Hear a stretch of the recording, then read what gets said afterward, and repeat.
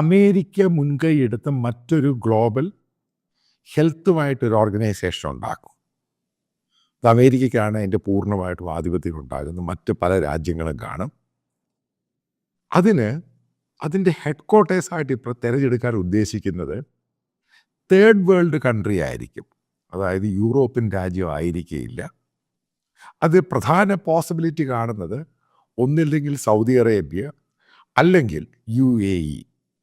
ഇതുമായിട്ട് ബന്ധപ്പെട്ട് Saudi Arabia പുതിയ സിറ്റി, അത് നിയോം എന്ന് പറയുന്ന പുതിയ സിറ്റി ഉണ്ടാകും. അവിടെ ആയിരിക്കും ഇതിൻ്റെ ആസ്ഥാനമെന്നും പറയുന്നു.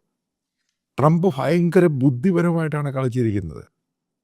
കാരണം ഇതേപോലെ തേർഡ് വേൾഡ് കൺട്രിയിലോട്ട് ഇത് പോകുമ്പോൾ ഇതിനെ പിന്തുണയ്ക്കുന്ന ഇസ്ലാമിക രാജ്യങ്ങൾ മുഴുവൻ ട്രംപിൻ്റെ കൂടെ പോകും.